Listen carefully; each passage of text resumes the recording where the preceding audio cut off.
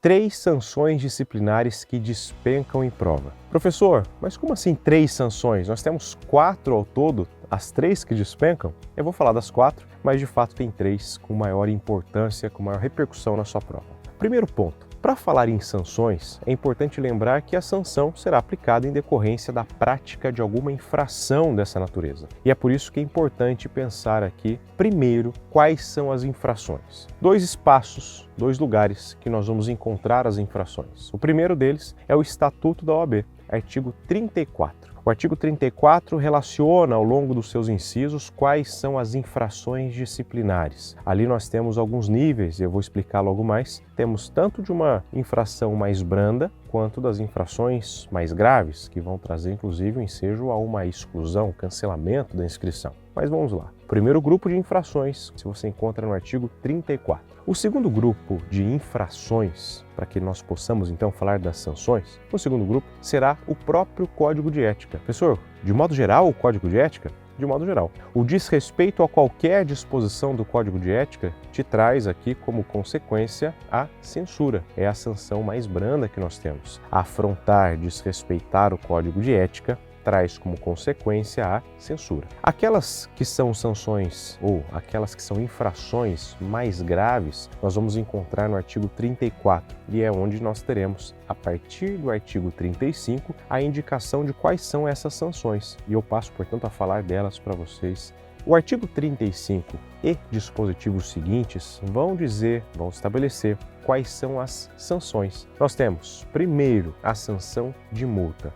A sanção de multa você pode já anotar no seu material. Sanção de multa nunca será aplicada sozinha. Ela vai sempre cumular com 2 outras possíveis sanções. Também já pode escrever aí no seu material que vai ser de censura ou de suspensão, ok? Próxima sanção que nós temos, além da multa que você já sabe que é acessória, é a censura. Meus amigos, a censura é a sanção mais branda que o Código de Ética estabelece, como nós estamos vendo o próprio Estatuto. São condutas não que não sejam relevantes, mas elas são mais brandas em relação às demais possíveis. Por exemplo, você atuar realizando publicidade de advocacia em atos em desconformidade. Eu vou colocar ali, por exemplo, um painel com a minha foto fazendo cara de mal, estilo aquela série americana que nós temos, Better Call Saul.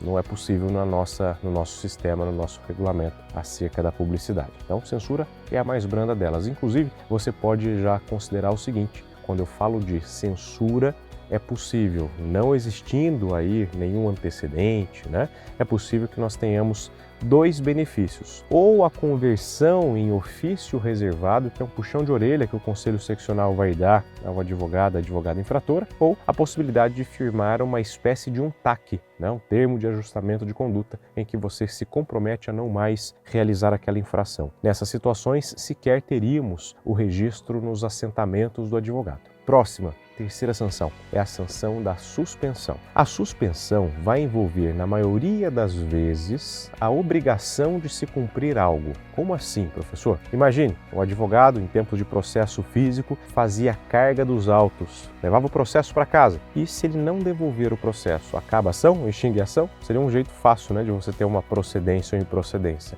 Não. Diante da situação em que o advogado não devolve os autos, ele é intimado a devolver. E se mesmo assim não devolvesse os autos, aí ele tinha como consequência a aplicação de suspensão, que vai variar de 30 dias a 12 meses, como regra, mas pode estar condicionada à satisfação da obrigação. Por exemplo, suspensão de 30 dias até que devolva os autos. Outras situações que nós vamos ver a suspensão envolve dinheiro. Por exemplo, você que ficou com dinheiro, espero que não seja o caso, você ficou com dinheiro do seu cliente e não prestou contas, você que ficou com dinheiro e não devolveu, não fez repasse, e aí você tem como consequência que vai existir a suspensão de 30 dias, repito, é o prazo mínimo, até que ele faça a devolução devidamente corrigida dos valores que estavam em seu poder. Então, suspensão vai envolver uma conduta mediana, Não é simples, também não é mais grave, mas é algo sensível, por isso que a consequência é superior. Durante o período de suspensão, professor, pode o advogado advogar? Não. Suspensão significa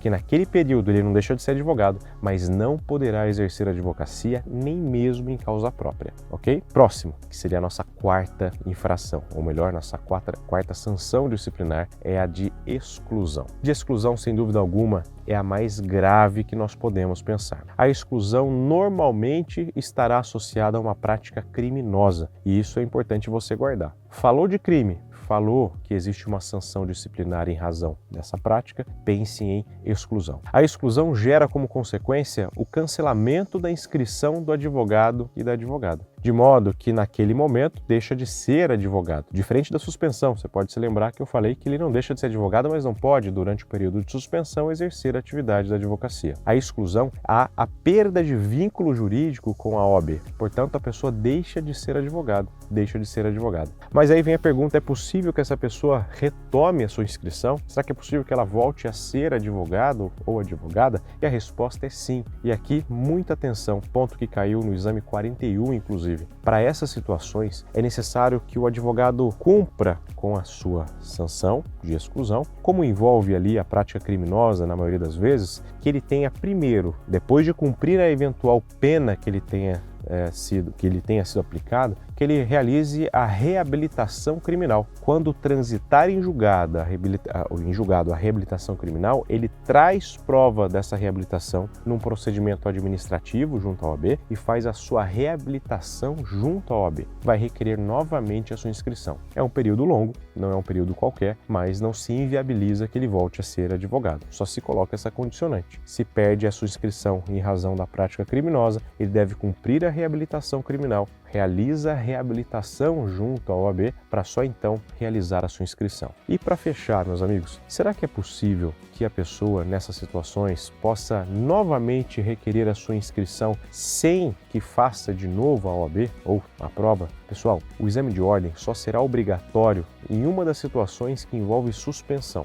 O advogado que, em razão da sua desídia profissional, da sua falta de apresentação técnica, ele pode ter a suspensão da sua inscrição e aí sim, a volta da sua atividade da advocacia estará condicionada a prestar novas provas que demonstrem condição técnica.